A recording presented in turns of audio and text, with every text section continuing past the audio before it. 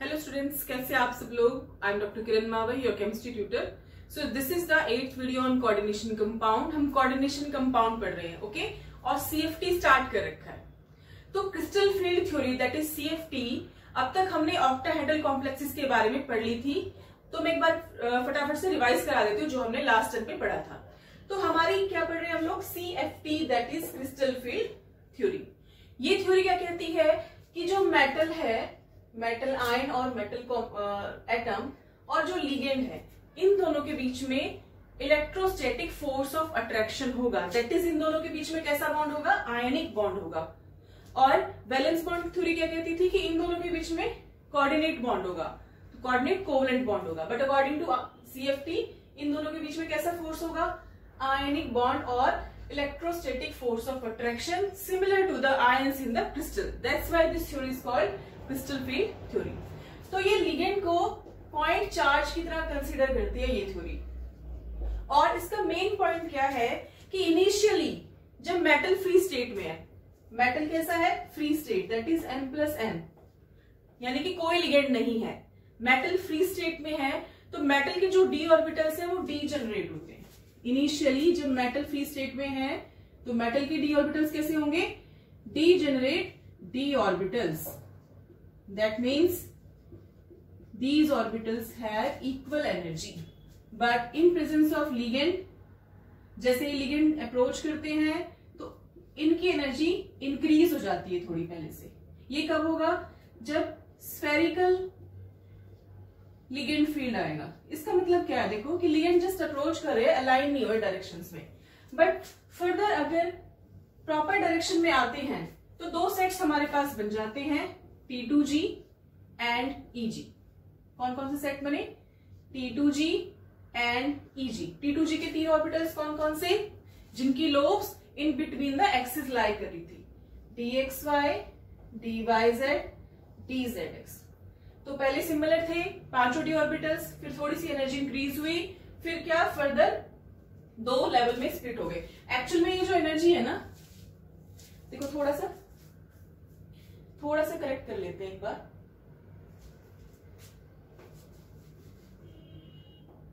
Actual में ना ये एनर्जी इनकी यहां होती है,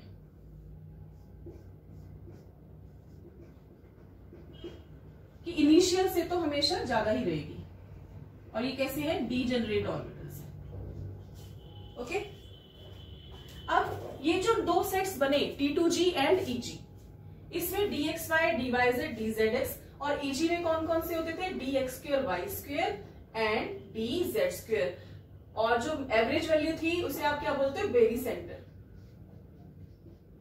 और ये कितना होता है, -0.4 डेल्टा O, ये कितना होता है 0.6 डेल्टा O। यानी कि ये तीन ऑर्बिटल्स -4 डेल्टा O से स्टेबिलाइज हुए, ये दो ऑर्बिटल्स 0.6 डेल्टा O से डीस्टेबिलाइज हो गए, क्योंकि इनकी एनर्जी बढ़ गई। एनर्जी बढ़ना कोई अच्छी चीज नहीं होती केमिस्ट्री में। एनर्जी बढ़ गया मतलब अनस्टेबल हो गया, स्टेबिलिटी डिक्रीज हो गई है।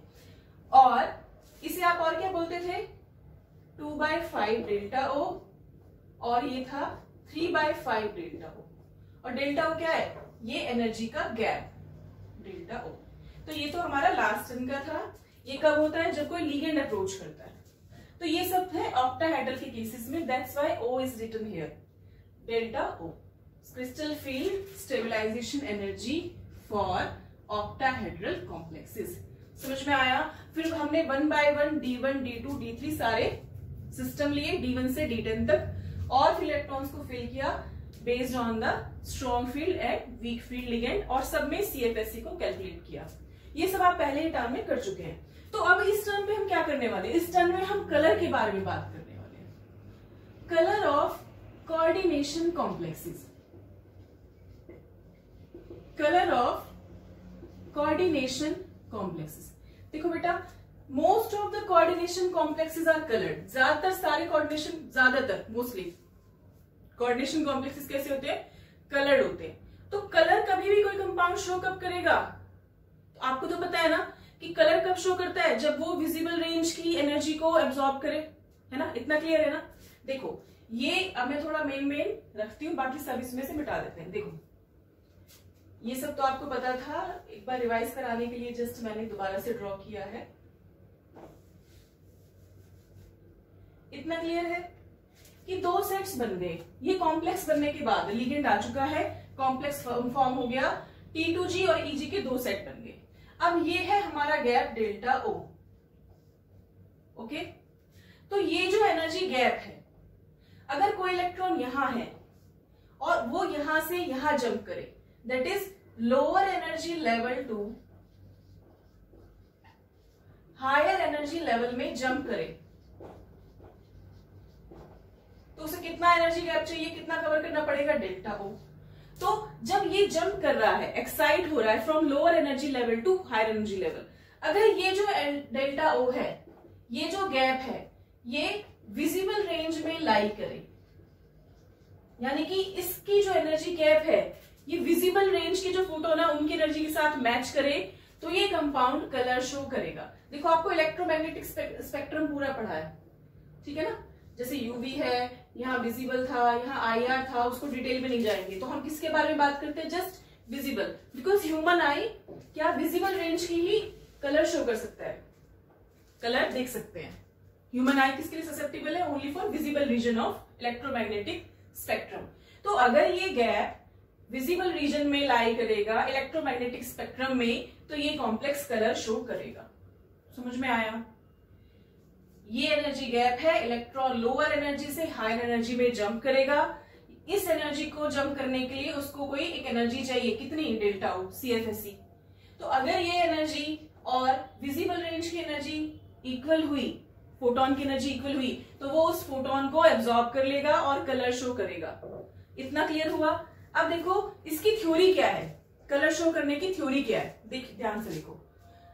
आपके पास विजिबल रीजन है, ये पूरा क्या है, ये विजिबल रीजन, और बचपन से पढ़ते आ रहे हो क्या होता है, विबग्योर होता है ना, violet, indigo, blue, green, yellow, orange, red, VIBGYOR.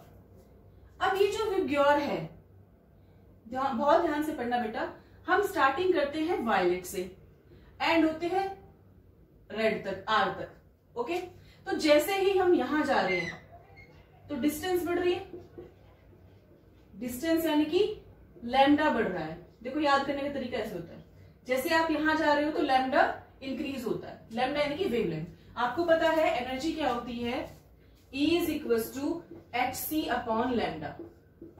Energy क्या होती है, hc अपॉन लैम्डा।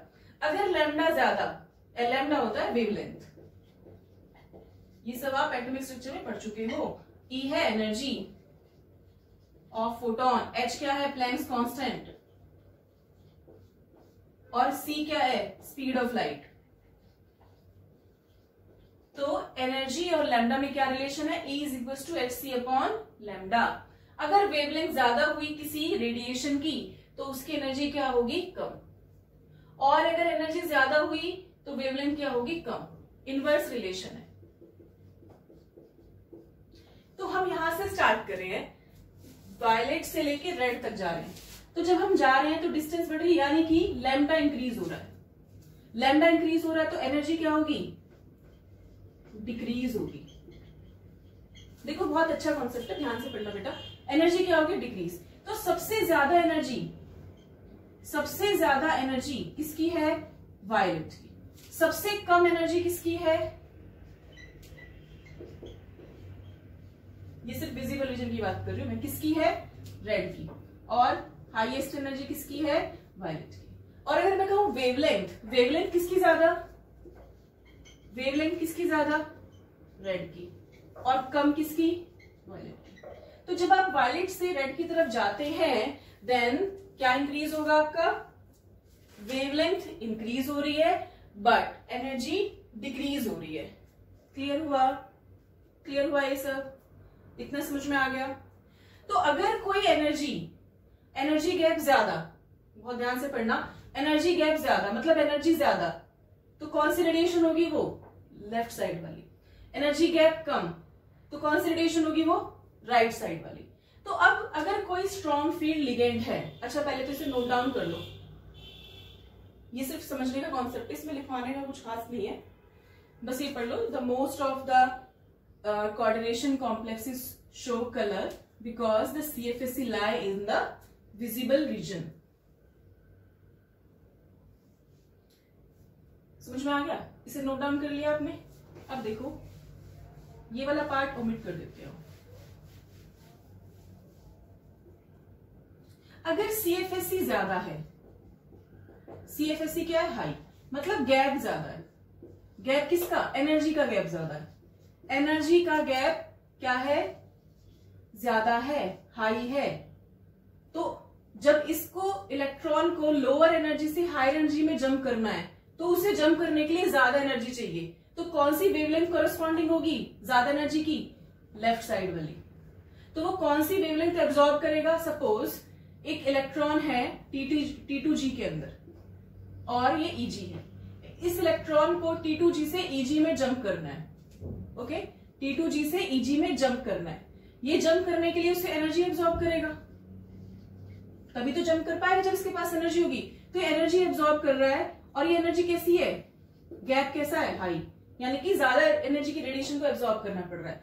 ज्यादा एनर्जी की रेडिएशन कौन सी है? ये इनिशियल वाली। तो सपोज इसने विजिबल रीजन की कौन सी लाइट, सपोज वायलेट लाइट को एब्जॉर्ब कर लिया, वायलेट। क्लियर है? तो इसने एब्जॉर्ब किया, एक को एब्जॉर्ब किया व्हाइट लाइट का, बाकी तो एब्जॉर्ब नहीं किया। तो जो कलर होगा वो किसकी वजह से होगा?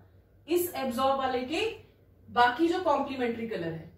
मैं रिपीट कर रही हूं, मान लो ये कॉम्प्लेक्स है, ठीक है, इसमें से लाइट पास हो रही है। सपोज मेरा हाथ एक कॉम्प्लेक्स है, कुछ भी मान लो, सोल्यूशन मान लो, इसमें से लाइट पास हो रही है। इसने क्या किया? केवल एक वेवलेंथ की रेडिएशन को क्या कर लिया? एब्जॉर्ब कर लिया। मान लो इसमें से ये 7 कलर्स है, इसमें से एक गायब कर लिया, एक एब्जॉर्ब कर लिया, बाकी सारा तो एब्जॉर्ब नहीं किया। तो बाकी क्या किया? इमिट किया। तो कलर किसकी वजह से दिखाई देगा? इमिट वाले की वजह से। कलर किसकी वजह से दिखाई देगा? ये एब्जॉर्ब वाला कलर है। लेकिन जब कंपाउंड कलर शो करता है तो वो कौन सा शो करता है? इमिट वाला कलर शो करता है। इमिशन की वजह से जो कलर होगा, और वो क्या होता है? इस एब्जॉर्ब वाले का कॉम्प्लीमेंट्री कलर होता है। एब्जॉर्ब वाले का क्या होगा? Complementary colour. एक बार फिर से रिपीट कर देती हूं मैं बच्चे। D block elements,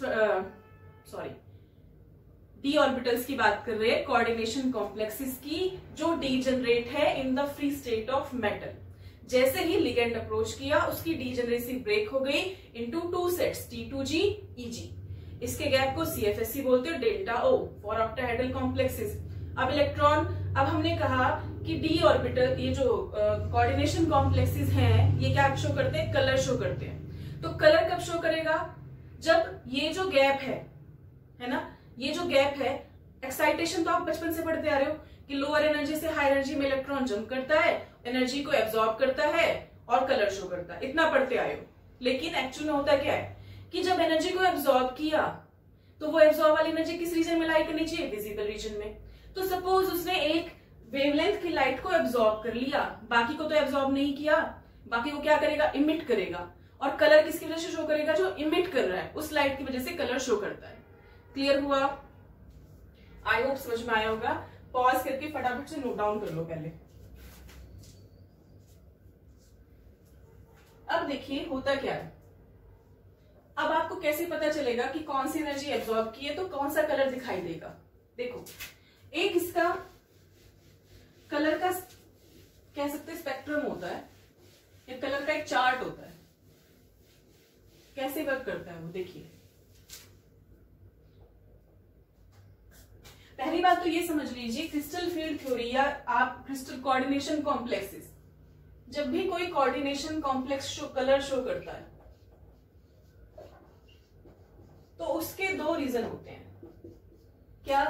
DD transition, क्या?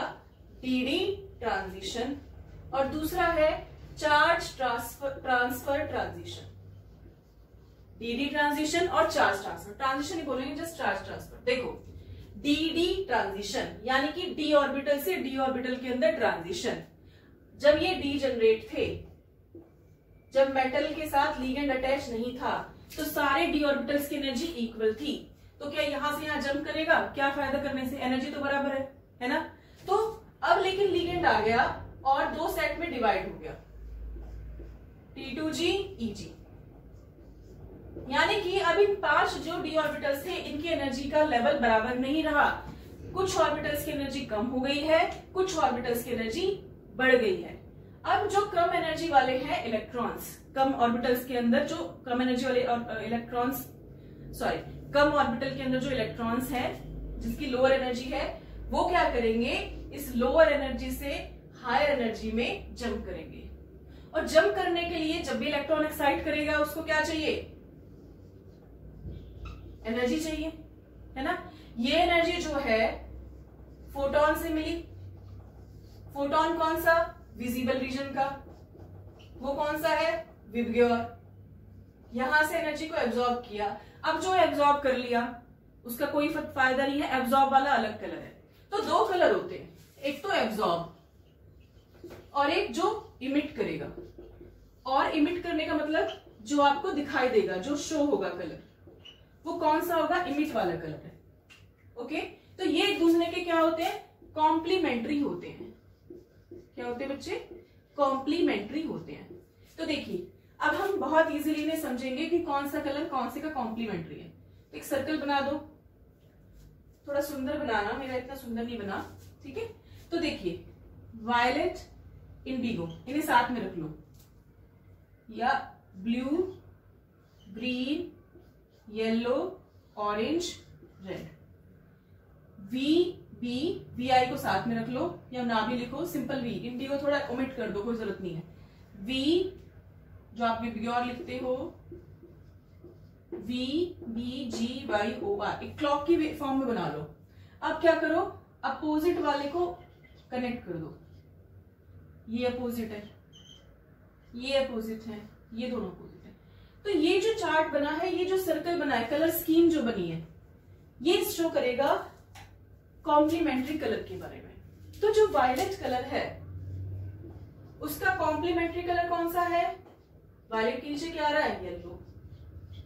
जो ब्लू कलर है उसका कॉम्प्लीमेंट्री कलर कौन सा है, ऑरेंज। और जो ग्रीन कलर है उसका कॉम्प्लीमेंट्री कलर कौन सा है, रेड। ये बेसिक कलर है आपके।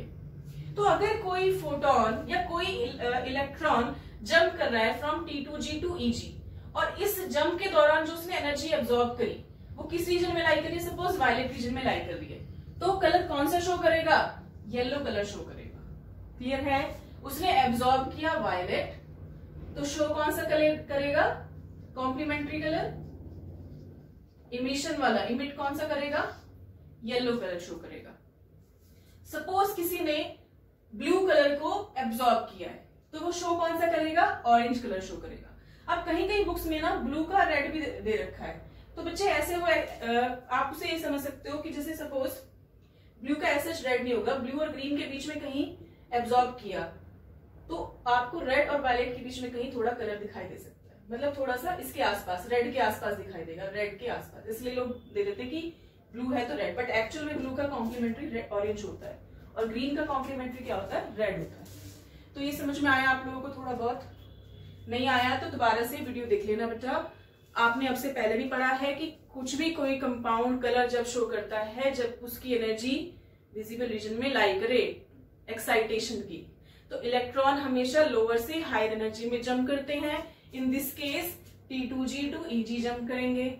ओके, इस जंपिंग जो जंप हो रहा है तो एनर्जी एब्जॉर्ब होगी, वो जो एनर्जी एब्जॉर्ब होगी उसका एक कलर होता है, और डिस्प्ले वाला कौन सा होगा, इमिट वाला कलर, यानी कि कॉम्प्लीमेंट्री कलर। तो इसके बेसिस पे कुछ क्वेश्चन सॉल्व करेंगे। तो आपको थ्योरी समझ में आई, आई होप आपको आ गई होगी। अब ध्यान से देखो,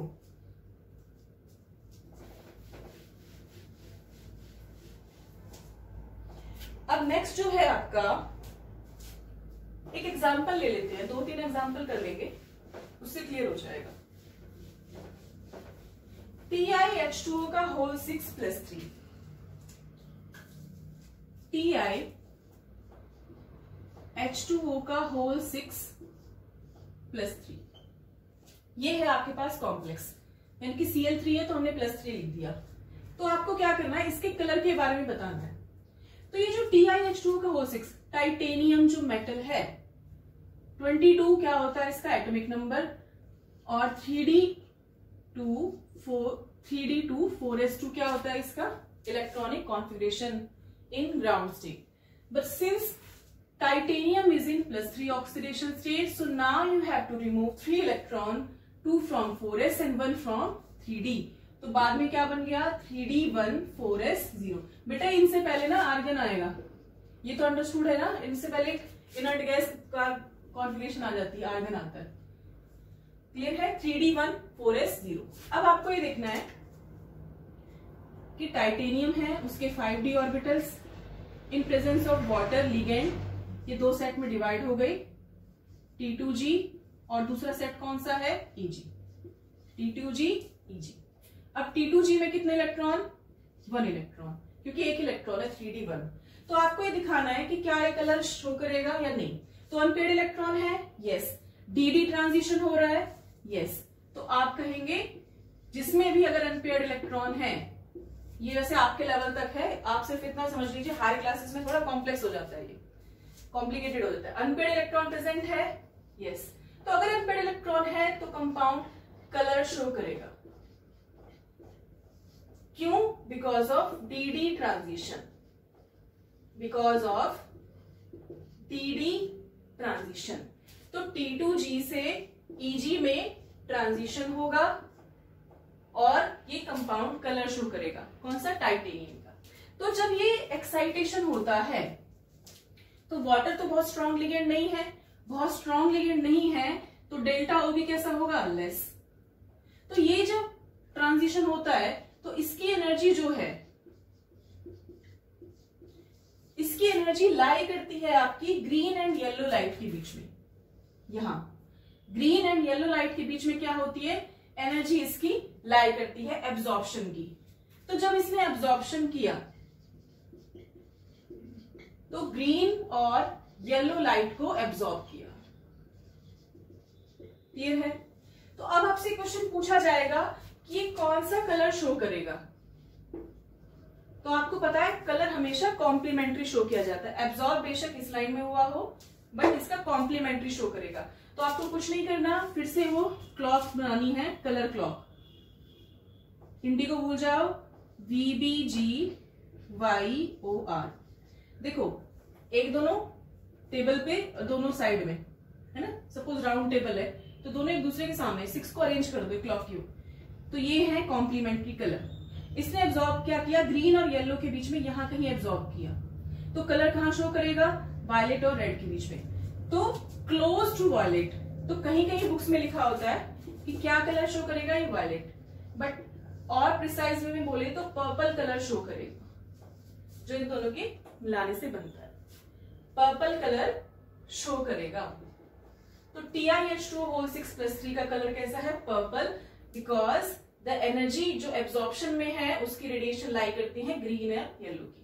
तो दो कलर हुए, एब्जॉर्ब वाला कलर और इमिट वाला कलर. तो आपके बोर्ड में तो बहुत ज्यादा टिपिकल क्वेश्चंस यहां से नहीं आएंगे, लेकिन कंपटीशन में कभी कभार क्वेश्चन आ जाता है.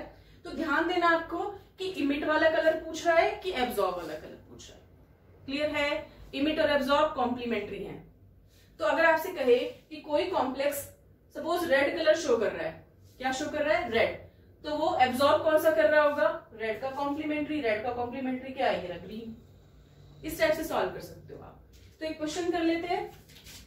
हाँ, एक चीज और ध्यान रखो, मैंने आपको स्टार्टिंग में बताया ये स्टेट कब थी? जब मेटल की स्टेट में है, फ्री स्टेट में. और ये स्टेट कब हुई? जब लिगेंड आ गई. तो अगर लिगेंड को रिमूव कर दोगे तो क्या ये दोबारा से स्प्लिट हो पाएगा? नो. जब स्प्लिट ही नहीं होगा तो क्या ट्रांजिशन हो पाएगा? नो, बिकॉज दोनों की एनर्जी इक्वल है. तो in absence of ligand, in absence of ligand, no splitting of d orbitals occur. कोई स्प्लिटिंग नहीं होगी. तो सब कैसे होंगे d orbitals? Degenerate d orbitals होंगे. कैसे होंगे? Degenerate d orbitals. सबकी एनर्जी इक्वल होगी. Hence the metal ion, ligand नहीं है तो कॉम्प्लेक्स तो बोल नहीं सकते, क्या बोलोगे? Metal ion does not exhibit colour. तो यहां से क्वेश्चन बनता है, जब आप TiH2O का होल 6 इस कॉम्प्लेक्स को हीट करते हो, तो हीट करते हो, जब भी आप घरों में कुछ चीज हीट करते हो तो सबसे पहले क्या निकल के भागता है? वाटर। वाटर इवेपोरेट होता है। तो जब आप इसे हीट करते हो तो इसका वाटर रिमूव हो जाता है। तो सिंपल क्या बचा आपके पास? टाइटेनियम +3। तो क्या ये कलर शो करेगा? सिर्फ मेटल है, नो, कलर शो नहीं करेगा। बिकॉज कलर कब शो कर सकता है? जब लिगेंड फील्ड हो। लिगेंड फील्ड हटा दिया, वाटर लिगेंड ही तो था ना एक्वा, वो हटा दिया तो ना स्प्लिटिंग होगी, ना डी ट्रांजिशन, और ना ही कलर शो कर पाएगा। क्लियर है? तो बच्चे इसे नोट डाउन कर लीजिए अपनी कॉपी में। नेक्स्ट क्वेश्चन सॉल्व करते हैं।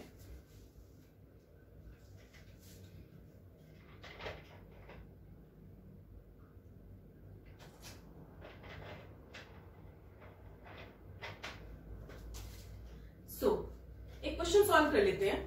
मैं आपको 3 कॉम्प्लेक्सेस दूंगी और उन 3 कॉम्प्लेक्सेस से पूछूंगी कि कौन से कलर शो कर रहे हो।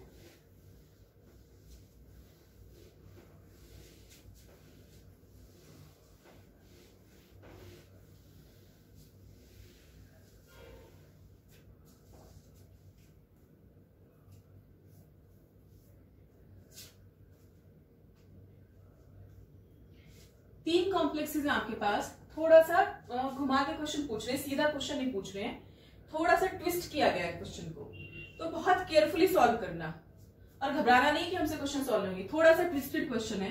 चलिए, CO H2O का होल 6 + 3, 3 कॉम्प्लेक्सेस हैं। CO H2O का होल 6 + 3, CO NH3 का होल 6 + 3, CO CN का होल 6 -3। ये 3 कॉम्प्लेक्सेस है। ठीक है, इन्हें लिखिए। ये 3 कॉम्प्लेक्सेस आपके पास गिवन है क्वेश्चन में। ओके, तो अब आपसे कह रहा है कि ये जो 3 कॉम्प्लेक्सेस हैं, इनमें से कुछ कॉम्प्लेक्सेस कलर शो कर रहे हैं। यानी कि कलर शो कौन सा होता है? इमिट वाला कलर। इमिट वाले कलर कौन कौन से शो कर रहे हैं? कोई ब्लू कलर शो कर रहा है, कोई येलो कलर शो कर रहा है, और कोई येलो ऑरेंज कलर शो कर रहा है। ये क्वेश्चन में गिवन है। ठीक है, तो सिंपल जस्ट ये क्वेश्चन है। आपके पास 3 कॉम्प्लेक्सेस हैं। मेटल तीनों में क्या है? कोबाल्ट है, एक बार वाटर यानी कि एक्वा लिगेंड है, एक बार अमीन लिगेंड है, एक बार साइनाइड है, CN साइनो। अब इन तीनों कॉम्प्लेक्सेस ने ये कलर शो किया। अब आपको ये बताया नहीं है किसने क्या कलर शो किया है। ठीक है, तो अब आपसे पूछा है कि आपको ये बताना है कि ये कौन कौन सा कॉम्प्लेक्स कौन सा कलर शो कर रहा है। तो थोड़ा सा ट्विस्टेड क्वेश्चन क्या है कि आपको कलर के बारे में कोई आइडिया नहीं है। हालांकि इतना ट्विस्टेड भी नहीं है ये। देखिए, आपको सबसे पहले क्या करना है, मान लो ये कॉम्प्लेक्स 1 है, कॉम्प्लेक्स 3। तो सबसे पहले तो देखो मेटल तो सेम है, मेटल का रोल नहीं है, तो आपको लिगेंड फील्ड देखना है। लिगेंड फील्ड कौन सबसे ज्यादा स्ट्रॉन्ग है?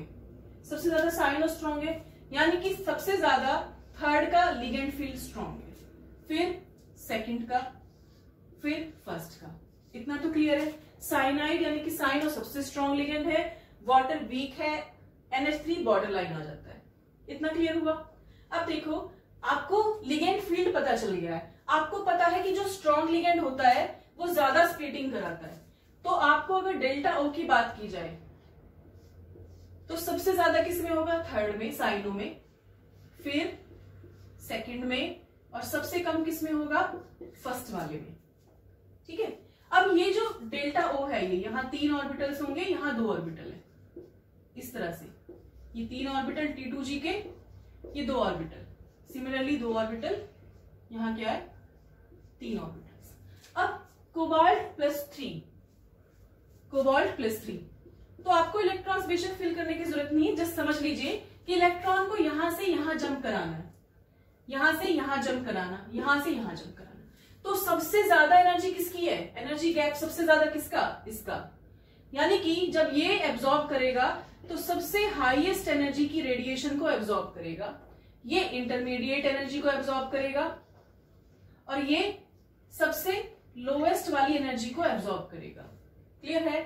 इतना समझ में आया? हाई एनर्जी की रेडिएशन को एब्जॉर्ब करेगा। अब आपको क्या करना है, इन तीनों कलर्स को लिख लीजिए। ये इमिट वाले कलर हैं। कौन से हैं? Blue, yellow, yellow orange. लिख लिया आपने। अब इमिट से तो कुछ समझ में नहीं आएगा क्योंकि हमें तो एब्जॉर्ब का पता है। तो अब एक काम करिए, इनके एब्जॉर्ब वाले कलर साथ साथ लिखिए, यानी कि इनके कॉम्प्लीमेंट्री कलर्स लिखिए। चलो लिखो जल्दी से। यस, ये बना लेते हैं पहले। ब्लू, ब्लू यानी कि पहले में ऐड कर दो। ब्लू का कॉम्प्लीमेंट्री कलर क्या है? ऑरेंज। यानी कि जो ब्लू एमिट कर रहा है वो क्या एब्जॉर्ब कर रहा होगा? ऑरेंज को एब्जॉर्ब कर रहा होगा। येलो, येलो जो एमिट कर रहा है वो किसको एब्जॉर्ब कर रहा होगा? वायलेट को एब्जॉर्ब कर रहा होगा। Yellow orange, yellow orange, yellow orange जो यहां एब्जॉर्ब इमिट कर रहा है वो कहां एब्जॉर्ब कर रहा होगा? इसके अपोजिट, वायलेट और ब्लू के बीच में क्या कर रहा होगा? एब्जॉर्ब कर रहा होगा। अब आपको एब्जॉर्ब पता चल गया, आपको गैप भी पता है। तो अब यहां देखिए, जब ये केस हुआ तो देखिए ऑरेंज, ऑरेंज यहां है। आपको पता है जब हम वायलेट से रेड की तरफ जाते हैं तो लैम्डा इंक्रीज होता है, एनर्जी डिक्रीज। तो सबसे ज्यादा एनर्जी है इस साइड, सबसे कम एनर्जी है इस साइड। आपको पता है थर्ड वाले कॉम्प्लेक्स में स्प्लिटिंग बहुत ज्यादा हुई तो इसको एनर्जी ज्यादा चाहिए। क्लियर है ना? अब आप मुझे बताइए ऑरेंज कहां आ रहा है? लास्ट में। वायलेट कहां आ रहा है? सबसे पहले। वायलेट ब्लू कहां आ रहा है?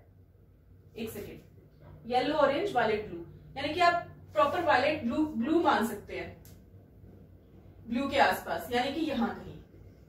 तो सबसे ज्यादा एनर्जी किसकी है? वायलेट वाले की, फिर ब्लू वाले की, फिर रेड वाले की, है ना? तो वायलेट वाला कौन सा एनर्जी सबसे ज्यादा? Energy third. फिर इंटरमीडिएट किसका होना चाहिए? जो ब्लू, ब्लू यानी कि ये वाला जो येलो ऑरेंज शो कर रहा है, यानी कि सेकंड। और रेड किसका होना, ऑरेंज किसका होना चाहिए? जिसकी सबसे कम एनर्जी है, बिकॉज ये एब्जॉर्ब वाले कलर है, तो ये 1 होना चाहिए। तो बस अब आपको क्या बताना है? वायलेट के आगे सिंपल लिख दीजिए साइनो कॉम्प्लेक्स CO CN6-3 यानी कि third. Violet blue second complex that is CO NH3 का होल 6+3 और ऑरेंज यानी कि CO H2O का होल 6+3। अब यही कॉम्प्लेक्स ने क्या किया? इस एनर्जी को एब्जॉर्ब किया और ये वाले कलर शो कर रहा है। तो अब आपका आंसर निकल आया इनडायरेक्ट वे में कि कौन कौन से क्या कलर शो कर रहा है? ब्लू कौन शो कर रहा है? ब्लू, ब्लू शो कर रहा है आपका CO H2O का होल 6+3। येलो कौन शो कर रहा है? येलो, ढूंढो कहां गया येलो?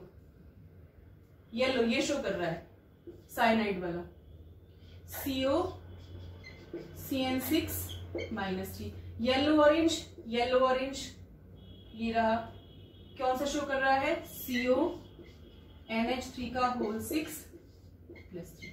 तो इस टाइप से आपने क्या किया? इन कॉम्प्लेक्सेस के कलर शो कर लिए, कलर निकाल लिए। समझ में आ रहा है? इसे फटाफट से नोट डाउन करिए। ठीक है बच्चे, नोट डाउन कर लीजिए इसे।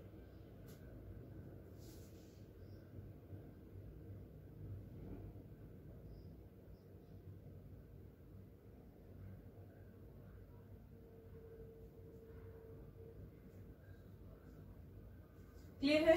तो ये सेकंड है, ये CO CN6 थर्ड है और ये फर्स्ट है। तो इस टाइप से हो जाएगा। आई होप आपको समझ में आया होगा कलर स्कीम। ठीक है, अब हम नेक्स्ट क्या करते हैं? एक क्वेश्चन और कर लेते हैं सिंपल सा। देखो, और ये जो मैं क्वेश्चन करा रही हूँ ये क्वेश्चन भी IIT JEE का क्वेश्चन है, इनडायरेक्ट वे में पूछा गया, मैंने थोड़ा सा ट्विस्ट किया। एक और क्वेश्चन बहुत सिंपल पूछा गया। देखिए, कॉपर सल्फेट सुना है बेटा आपने? कॉपर सल्फेट, कॉपर सल्फेट,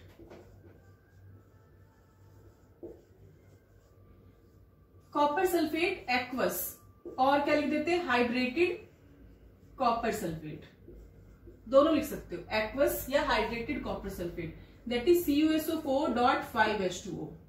इसका कलर होता है ब्लू। कैसा कलर होता है? ब्लू। अब ब्लू कलर है, इसको ब्लू विट्रियोल भी बोला जाता है। क्या बोला जाता है?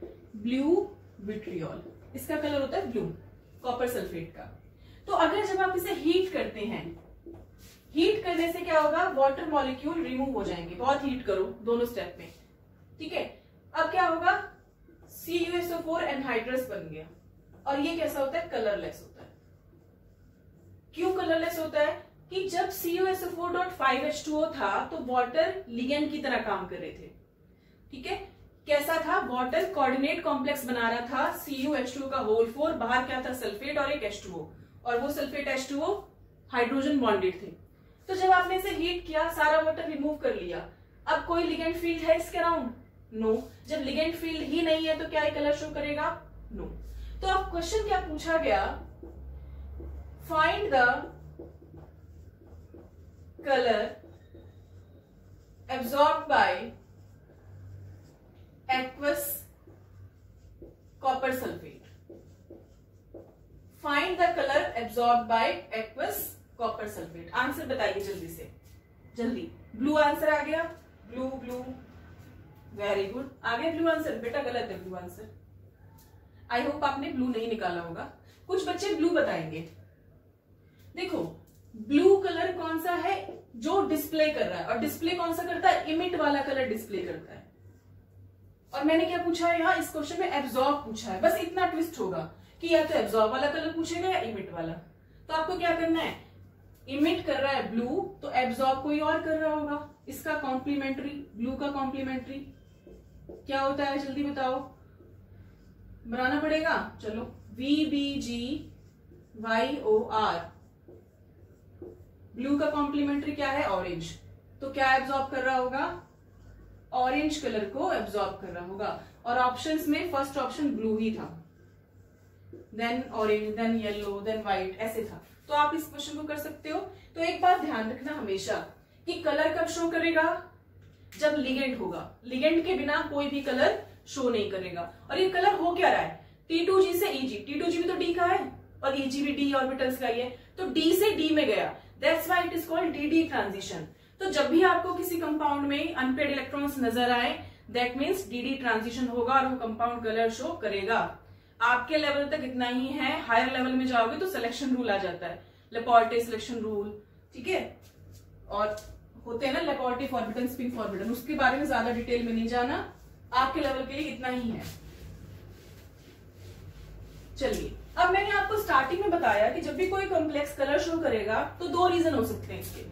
क्या रीजन हो सकता है कि DD ट्रांजिशन हो रहा होगा। एक और ट्रांजिशन, या मैंने बताया था दूसरा रीजन होता है चार्ज ट्रांसफर का। चार्ज ट्रांसफर, देखो चार्ज ट्रांसफर आपने D ब्लॉक पढ़ा है अभी, तो KMnO4 K2Cr2O7 दोनों पढ़े, KMnO4 K2Cr2O7, ये दोनों ही कलर्ड होते हैं, दोनों ही कॉम्प्लेक्स कैसे होते हैं, दोनों ही कंपाउंड कलर्ड। तो इसमें मैंगनीज की ऑक्सीडेशन स्टेट निकालो, क्या है जल्दी बताओ। इसकी +1, इसकी X मान लो, ऑक्साइड की एक की -2, 4 की -8, तो कितना हो गया बोलो, +7, ये माइनस है तो यहाँ जाएगा प्लस। तो मैंगनीज की स्टेट में है +7 में, और K2Cr2O7 तो निकालो, 2 किसकी, इसकी, कितने क्रोमियम है 2, तो 2x -14, 2x -12 = 0, तो 2x = 12, x = +6। तो क्रोमियम की स्टेट में है K2Cr2O7 में क्रोमियम, +6 में मैंगनीज है +7 में। चलिए, आपको तो पता है बहुत ब्यूटीफुल पर्पल कलर होता है इसका, वायलेट पर्पल होता है। तो देखो अब हम देखेंगे कि होता क्यों है। मैंगनीज क्या होता है, 3d5,4s2, आर्गन 3d5,4s2, और क्रोमियम क्या होता है, आर्गन 3d5,4s1। ये कॉन्फिगरेशन है। मैंगनीज की स्टेट में 7, यानी कि +7, तो 7 इलेक्ट्रॉन्स निकाले गए, इससे भी निकल गए, इससे भी, तो 3d0 4s0। इसके 6 इलेक्ट्रॉन निकाले गए, 3d0 4s0।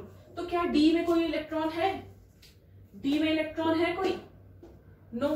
तो क्या ट्रांजिशन हो पाएगा, DD ट्रांजिशन नहीं हो पाएगा, बट ये फिर भी कलर शो कर रहे हैं। तो कलर शो किसकी वजह से कर रहे हैं, चार्ज ट्रांसफर ट्रांजिशन की वजह से कर रहे हैं। इसमें जो ऑक्साइड है वो मेटल को चार्ज ट्रांसफर करता है कुछ मोमेंट के लिए, मोमेंटरीली, यानी कि O-2 मेटल को चार्ज ट्रांसफर करेगा कुछ मोमेंट के लिए, तो इसको बोलते हैं charge transfer transition, ligands to metal charge transfer transition, LMCT। Okay, इस वजह से ये कलर शो करते हैं। क्लियर हुआ? ये भी इंपॉर्टेंट था काफी, चार्ज ट्रांसफर।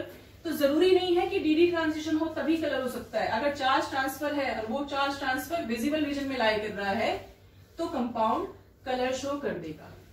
अब देखिए, एक क्वेश्चन है आपका एनसीईआरटी में कि आयरन का कॉम्प्लेक्स है, ठीक है, आयरन +3 है, एक बार लिगेंड H2O है, एक बार लिगेंड साइनाइड है, साइनो। आयरन +3 है, एक बार लिगेंड साइनो है, एक बार H2O है। तो दोनों में केसेस में क्या है? +3। बट लिगेंड चेंज हो गई तो क्या कलर चेंज होंगे? यस, एब्सोल्युटली कलर चेंज होंगे। इन दोनों के कलर क्या होंगे? डिफरेंट कलर्स होंगे। क्यों डिफरेंट कलर्स होंगे? Because of different CFSE value. Different CFSE values जो किस बात पर डिपेंड करती है? Which ultimately depends on strength of ligand. जो जितना ज्यादा स्ट्रॉन्ग लिगेंड उतनी ही ज्यादा डेल्टा O की वैल्यू। क्लियर है? और उतना ही एब्जॉर्ब करने में इसको ज्यादा एनर्जी चाहिए। तो ये सब का ये इंटरलिंक्ड है सारा का सारा। ओके, तो आप इसे चाहो तो नोट डाउन कर सकते हो या समझ लिया है आपने। अब मैं आपको थोड़ा सा नेक्स्ट टॉपिक बता देती हूँ।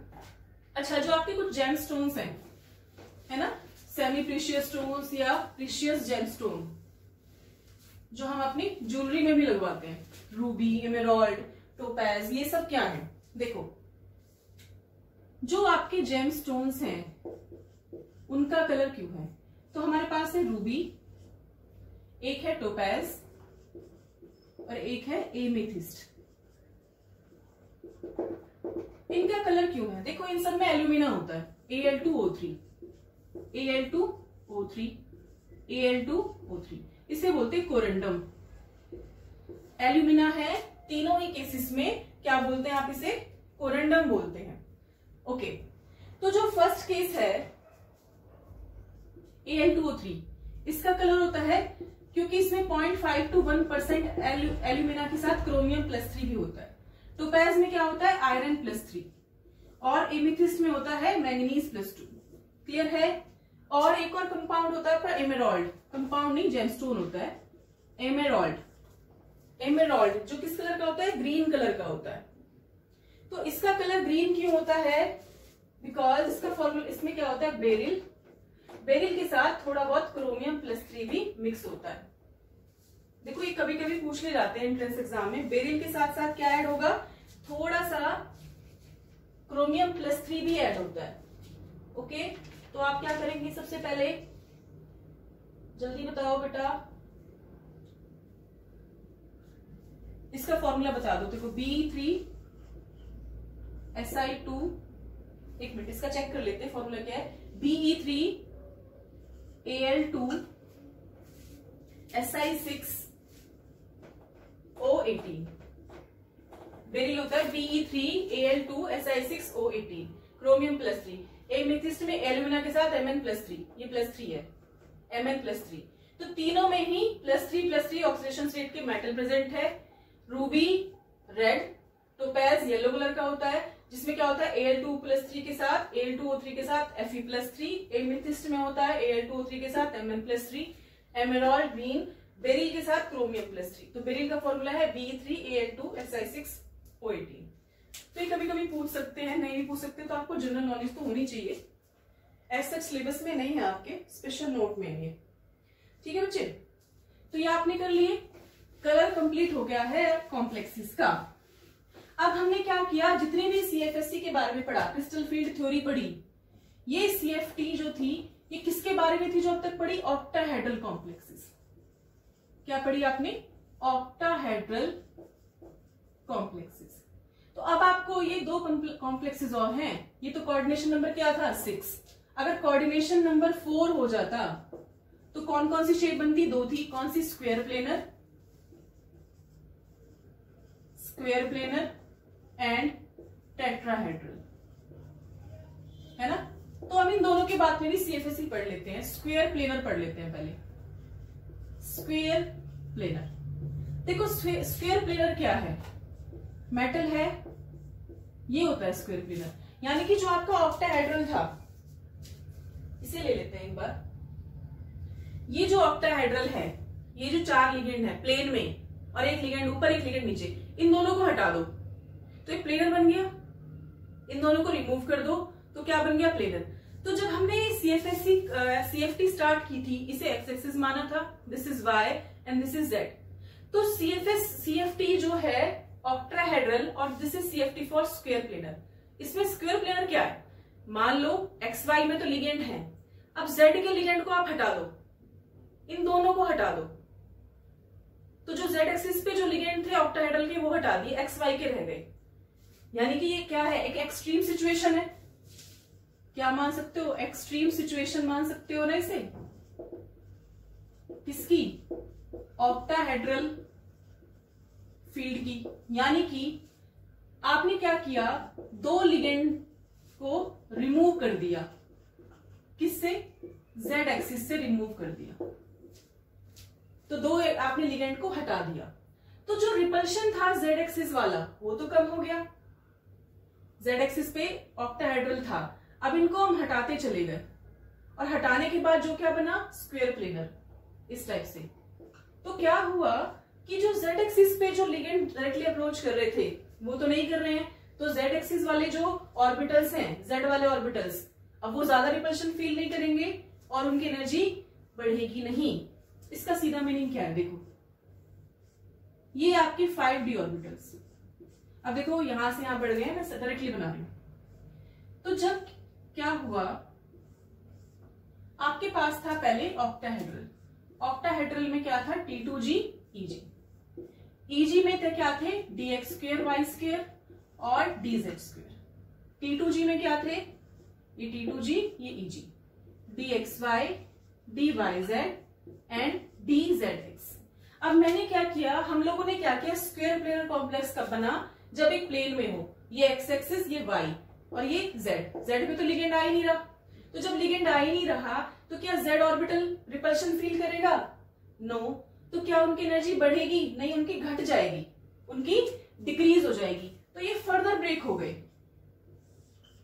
तो स्टेबल कौन से हुए, जो Z एक्सिस वाले हैं, अनस्टेबल कौन से हुए, जो Y एक्सिस वाले हैं, X और Y।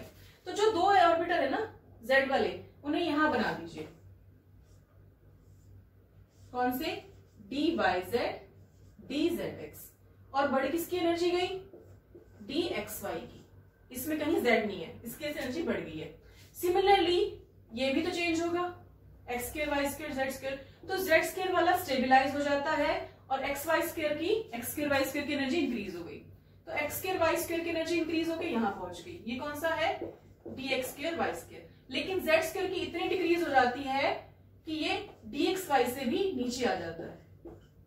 तो ये हो गया CFC crystal field splitting for square planar complexes, square planar complexes के लिए क्रिस्टल फील्ड थ्योरी। तो इसको समझना कैसे है कि square planar is the extreme case of octahedral, you just have to remove the ligands on Z axis, एक X है, एक Y है, एक Z है, Z के लिगेंड हटा दिए तो Y वाले बचे X और Y, तो वही तो स्क्वायर प्लेनर होता है। स्क्वायर प्लेनर, एक प्लेन में 4 लिगेंड है ना, तो स्क्वायर प्लेनर में Z के लिगेंड हट गए, तो बेचारे जो Z ऑर्बिटल्स थे, जहां जहां भी Z था वो क्या हो गया, थोड़ा स्टेबल हो गया, और XY की एनर्जी, XY में कभी भी लिगेंड आ रहे हैं तो उनकी एनर्जी तो और बढ़ेगी, बट Z वाले की घट जाएगी। तो आपने क्या किया, सबसे पहले जहां जहां Z दिखा वो आपको नीचे लिखना है, कौन कौन से, dyz dzx, इंक्रीज किसकी हुई, dxy की। सिमिलरली इसमें भी Z वाले की एनर्जी डिक्रीज होगी, X वाले की x² y² की बढ़ जाएगी, तो x² y² और dz² की इतनी डिक्रीज हो जाती है कि xy dxy से भी नीचे आ जाता है। बस ये था स्प्लिटिंग का pattern for square planar complexes. Now the next one is, let's move to the tetrahedral complex. Tetrahedral complex, tetrahedral complexes कौन से होते हैं, पहले तो बताओ, टेट्राहेड्रल शेप याद है ना आपको, ये शेप होती है। अब मेरे पास पेन नहीं है और बनाने के लिए, क्योंकि मैंने सारे ऑक्टाहेड्रल वाले भी यूज कर लिए, तो आपको थोड़ा बहुत आइडिया है, चलो मैं इनसे बना देती हूँ। ये है टेट्राहेड्रल अरेंजमेंट, इतना अच्छा नहीं बन पा रहा है। इस टाइप से होता है टेट्राहेड्रल। ठीक है, अभी देखो ऐसे भी टेट्राहेड्रल है, ऐसे भी है, तो कोई सिमिट्री नहीं है इसमें। ध्यान से देखना, सिमिट्री अभी आप शायद समझ नहीं पाओ सिमिट्री क्या होता है, सेंटर ऑफ सिमिट्री क्या आप अभी बताती हूँ मैं। देखो ये क्लियर हुआ, टेट्राहेड्रल। टेट्राहेड्रल के जो ये लोब्स हैं ऑर्बिटल्स की, ये कभी भी किस डायरेक्शन में नहीं है, पूरी एक्स वाई या वाई एक्स या वाई या जेड डायरेक्शन में लाई नहीं करती है। ठीक है, तो इनकी जो लोब्स हैं, यानी कि फॉर टेट्राहेड्रल अरेंजमेंट लिगेंड कभी भी सीधा एक्सिस पे अटैक नहीं करेगा या एक्सिस की डायरेक्शन में सीधा कभी भी नहीं आएगा। तो ये है टेट्राहेड्रल अरेंजमेंट। तो कहां किससे इंटरेक्ट करेगा, उन ऑर्बिटल्स के साथ सीधा इंटरेक्ट करेगा जो बिटवीन द एक्सिस लाई कर रहे हैं,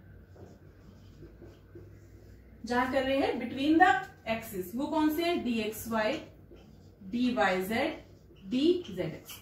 तो ऑर्बिटल्स जो है डी ऑर्बिटल जो in between the axis lie कर रहे हैं वो है d x y, d y z, d z x, क्योंकि ये टेट्राहेड्रल ज्योमेट्री है। तो ये है, ये जो 4 लोब्स बन जाएगी काइंड ऑफ कह सकते हैं, लिगेंड के बाद जो स्ट्रक्चर आई है ये इन बिटवीन द एक्सिस लाई कर रही है। तो अब क्या होगा, ये है आपके पास डी ऑर्बिटल्स। अब दो केसेस हैं डिवाइड होंगे। अब जो डायरेक्टली एक्सिस में लाई कर रहे हैं उसमें तो लिगेंड आ नहीं रहा, तो वो कम रिपल्शन फील कर रहे हैं, तो ये सीधा का सीधा अपोजिट हो जाता है ऑक्टाहेड्रल से। तो इस केस में 2 सेट नीचे हैं d x square y square के, ये है d z square and these 3 are d x y, d y z, d z x. ठीक है, इसे बोलते हैं ई, इसे बोलते हैं T2। जी नहीं लगाएंगे बेटा, इसे बोलते हैं ई, इसे बोलते हैं T2। जी क्यों नहीं लगाएंगे, बिकॉज जी स्टैंड्स फॉर जिरेट, और जब भी कहीं सेंटर ऑफ सिमिट्री होगा तभी आप जिरेट वर्ड यूज करेंगे। इसमें सेंटर ऑफ सिमिट्री नहीं होती। सेंटर ऑफ सिमिट्री का मतलब है कि जब आप सेंटर से एक डायरेक्शन में गए और उसके अपोजिट डायरेक्शन में गए तो आपको सेम फील्ड मिला, सिमिट्री मिली। इस केस में सिमिट्री नहीं होती, इसलिए आप जी नहीं लगाते, क्या लिखते हो ई और T2। अब इनके बीच में जो एनर्जी गैप है इसे क्या बोलते हो, डेल्टा टी। ओ नहीं बोलेंगे, टी बोलेंगे, टी स्टैंड्स फॉर टेट्राहेड्रल। तो this is crystal field stabilisation energy for tetrahedral complexes, और इनका हमेशा याद करना अपोजिट होता है एज कंपेयर टू ऑक्टाहेड्रल। तो डेल्टा टी और डेल्टा ओ इनमें कोई रिलेशन है, delta T is equal to 4/9 delta O. यानी कि टेट्राहेड्रल के केस में डायरेक्ट इंटरेक्शन प्रॉपरली नहीं हो पाता, इसीलिए लिगेंड ज्यादा स्प्लिटिंग नहीं कर पाते, और ये जो डेल्टा टी की वैल्यू है ये कम होती है एज कंपेयर टू डेल्टा ओ। कितनी होती है, 4/9 डेल्टा ओ। तो अभी स्प्लिटिंग कम है, इसलिए जब भी कोई टेट्राहेड्रल कॉम्प्लेक्स बनेगा तो इतनी कम एनर्जी है कि इलेक्ट्रॉन सीधा ऊपर चला जाता है, पेयरिंग करने की जरूरत नहीं पड़ती, पेयरिंग नहीं होती है, इसलिए हमेशा tetrahedral complexes always form, tetrahedral complexes always form high spin complexes. The tetrahedral complexes are always high spin complexes or outer orbital complexes. इसमें स्ट्रॉन्ग फील्ड वीक फील्ड में सेम ही होता है, डिफरेंट नहीं होता, बिकॉज एनर्जी इतनी कम है कि electron को सीधा आ जाने में कोई प्रॉब्लम नहीं होती, आपको पेयरिंग नहीं करानी पड़ती जैसा कि आप ऑक्टाहेड्रल में कर रहे थे। तो आई होप आज का जो सेशन है आपको समझ में आया होगा। क्या रिपीट करूं मैं एक बार सारा? तो चलो एक बार रिवाइज कर लेते हैं। शुरुआत में हमने पढ़े बेटा कलर, कलर के लिए एक लेवल से दूसरे में जंप करना होता है, जंप करने की जो एनर्जी है वो विजिबल में लाई करनी चाहिए। तो विजिबल का है विवग्योर, वायलेट से रेड तक लैम्डा बढ़ रहा है, एनर्जी घट रही है, तो ज्यादा एनर्जी वाले कौन से, वायलेट वाले, कम एनर्जी वाले कौन से, रेड। तो एक कलर एब्जॉर्ब करता है, उसका कॉम्प्लीमेंट्री इमिट करता है। तो हमने कुछ क्वेश्चंस की प्रैक्टिस की थी, सॉरी, और समझा था। दूसरा हमने CFSE पढ़ी फॉर स्क्वायर प्लेनर कॉम्प्लेक्सेस। तो स्क्वायर प्लेनर क्या था कि प्लेन में तो है जैसे कि डी और ऑक्टाहेड्रल में होता था। अब दोनों जेड वाले हटा दो, तो दोनों जेड वाले हटाने से जेड ऑर्बिटल स्टेबिलाईज हो गया, तो उसकी एनर्जी घट गई, इतनी घटी dz स्क्वायर की कि dxy से नीचे आ गई। नेक्स्ट केस किसका? टेट्राहेड्रल का। तो जो टेट्राहेड्रल शेप है, पहली बात तो सिमेट्रिकल नहीं होती है, और इनके जो लिगेंड आते हैं तो डायरेक्टली उन ऑर्बिटल से इंटरेक्ट करते हैं जो लोब्स के बीच में आते हैं, एक्सिस पे नहीं आते लिगेंड, कभी भी एक्सिस के बीच में आते हैं। तो इसी उन्हीं ऑर्बिटल से इंटरेक्शन होता है जो एक्सिस के बीच में हो, जैसे कि dxy, dyz, dzx। तो इनकी एनर्जी इंक्रीज हो जाएगी और जो एक्सिस वाले हैं उनकी एनर्जी डिक्रीज हो जाएगी।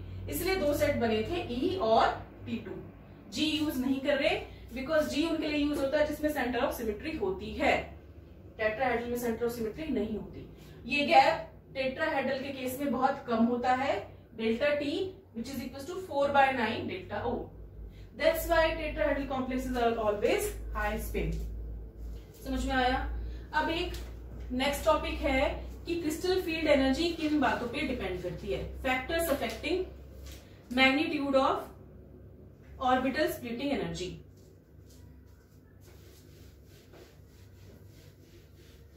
यानी कि स्प्लिटिंग किस बात पे डिपेंड कर रही है। तो फर्स्ट है, क्या है? फैक्टर्स अफेक्टिंग, ये लास्ट टॉपिक है, मैग्नीट्यूड ऑफ ऑर्बिटल स्प्लिटिंग या CFSE। किस बात पे डिपेंड करिए? सबसे पहले तो मेटल पे डिपेंड करेगी, है ना, कि मेटल कैसा है। तो मेटल की भी क्या ऑक्सीडेशन स्टेट, मेटल की क्या ऑक्सीडेशन स्टेट। देखो कुछ मेटल +2 में भी एग्जिस्ट करते हैं, कुछ +3 में भी। तो जो हायर ऑक्सीडेशन स्टेट वाला मेटल है, हायर ऑक्सीडेशन स्टेट जो है मेटल की, उस केस में CFSE हाई होती है। अगर मेटल अपनी हायर ऑक्सीडेशन स्टेट में है तो उस केस में CFSE की वैल्यू हाई होती है। समझ में आ गया? सपोज एक मेटल है, मान लो कोबाल्ट है, कोबाल्ट +2 है, कोबाल्ट +3 है, सेम मेटल है, एक लो ऑक्सीडेशन स्टेट, एक हाई। तो CFSE डेल्टा की वैल्यू किसमें ज्यादा होगी? हाई ऑक्सीडेशन स्टेट में, इसकी वैल्यू ज्यादा होगी। क्लियर है? मेटल का ही दूसरा क्या होगा? नेचर। नेचर जैसे आप 3D से 4D और 5D सीरीज पर मूव करते हैं, 3D series, 4D series, 5D series, यानी कि मान लो सेम ग्रुप है, suppose copper, silver, gold, AgAu nickel वाला है। तो जब आप उन्हीं के कॉरेस्पॉन्डिंग 4D सीरीज और 5D सीरीज के मेटल देखते हो तो डाउन द ग्रुप जाने पे, यानी कि 4D और 5D सीरीज के जितने भी मेटल हैं उनमें स्प्लिटिंग ज्यादा होती है। स्प्लिटिंग क्या होगी? मोर होगी। जब स्प्लिटिंग बहुत ज्यादा है तो क्या ऊपर जंप कर पाएंगे? नहीं, नीचे ही पेयर होते रहते हैं। इसीलिए हमेशा 4D और 5D सीरीज के जो मेटल कॉम्प्लेक्सेस हैं, बहुत इंपॉर्टेंट बात बता रही हूं मैं, 4D और 5D सीरीज के जो मेटल कॉम्प्लेक्सेस हैं वो कैसे होते हैं? लो स्पिन होते हैं और इनर ऑर्बिटल कॉम्प्लेक्स। तो मैंने आपको स्टार्टिंग में VBT में क्या बताया था कि प्लेटिनम, पैलेडियम के कभी भी मेटल के कॉम्प्लेक्सेस देख लो, चाहे गोल्ड के देख लो, वो हमेशा इनर ऑर्बिटल कॉम्प्लेक्स बनाएंगे, चाहे कोई भी लिगेंड हो, पेयरिंग हो जाती है उनकी। और लो स्पिन क्यों होती है? क्योंकि उनकी CFSE बहुत हाई होती है। समझ में आया? तो 2 पॉइंट समझ में आए मेटल के बारे में। ठीक है, अब ज्योमेट्री, ज्योमेट्री थर्ड पॉइंट में ऊपर लिख लो। ज्योमेट्री भी डिपेंड करती है। ज्योमेट्री कैसी? ज्योमेट्री यानी कि शेप। मान लो कोई लिगेंड है, सपोज कोबाल्ट ही है, कोबाल्ट में एक तो कम बना रहा है टेट्राहेड्रल, हालांकि कोबाल्ट जनरली ऑक्टाहेड्रल ही बनाता है। मान लो कोई मेटल है, metal, same metal tetrahedral complex ही बना रहा है, ऑक्टाहेड्रल कॉम्प्लेक्स भी, सेम लिगेंड के साथ। तो स्प्लिटिंग किसमें ज्यादा होगी? ऑक्टाहेड्रल में। अभी बताया था delta T is equal to 4/9 delta O, है ना। टेट्राहेड्रल के केस में कम होती है। क्यों कम होती है? बिकॉज लिगेंड डायरेक्टली अप्रोच नहीं कर पाते, प्रॉपर इंटरेक्शन ही नहीं होता। और लास्ट पॉइंट है नेचर ऑफ लिगेंड। लिगेंड के नेचर पे भी डिपेंड करता है। लिगेंड के नेचर पे आपको पता है कुछ स्ट्रॉन्ग फील्ड लिगेंड है, कुछ वीक फील्ड लिगेंड है। स्ट्रॉन्ग फील्ड वाले ज्यादा स्प्लिटिंग कराते हैं, स्ट्रॉन्ग फील्ड लिगेंड क्या करते हैं? मोर स्प्लिटिंग। जब मोर स्प्लिटिंग होगी तो डेल्टा O क्या होगा? हाई, मतलब डेल्टा लिख सकते हो सिंपल। और वीक फील्ड में डेल्टा क्या होगा, लो। तो 4 पॉइंट्स हुए जो स्प्लिटिंग को क्या कर रहे थे, गवर्न कर रहे थे। एक तो मेटल का भी नेचर और ऑक्सीडेशन स्टेट। एक ही मेटल दो में है, +2 +3, तो +3 वाला ज्यादा स्प्लिटिंग करवाएगा। तो जैसे ही आप डाउन द ग्रुप जाते हो डी ब्लॉक के, 3D के बाद 4D 5D, तो 4D 5D सीरीज के जितने भी एलिमेंट हैं, मेटल हैं, जब वो कोऑर्डिनेशन कॉम्प्लेक्स बनाएंगे तो उनकी CFSE बहुत हाई होगी। इतनी हाई होती है कि वो जनरली लो स्पिन कॉम्प्लेक्स बनाते हैं। थर्ड पॉइंट था, सॉरी, ज्योमेट्री। टेट्राहेड्रल के केस में कम स्प्लिटिंग होती है एज कंपेयर टू ऑक्टाहेड्रल। और लास्ट पॉइंट क्या है आपका, बोलिए, नेचर ऑफ लिगेंड। कुछ लिगेंड स्ट्रॉन्ग फील्ड है, कुछ वीक फील्ड। तो इस तरह से हमारा क्रिस्टल फील्ड थ्योरी यहाँ खत्म हो जाती है। समझ में आ गया आपको? आई होप आ गया होगा। VBT पढ़ ली, CFT पढ़ ली, इस पे बेस पे क्वेश्चन सॉल्व करने हैं आपको। ओके, अब नेक्स्ट लेक्चर में हम क्या पढ़ेंगे, स्टेबिलिटी पढ़ेंगे कोऑर्डिनेशन कॉम्प्लेक्सेस की। ठीक है, डिसोसिएशन कांस्टेंट, इंस्टेबिलिटी कांस्टेंट, ये सब। तो आज के लेक्चर के लिए इतना ही है। Thank you so much.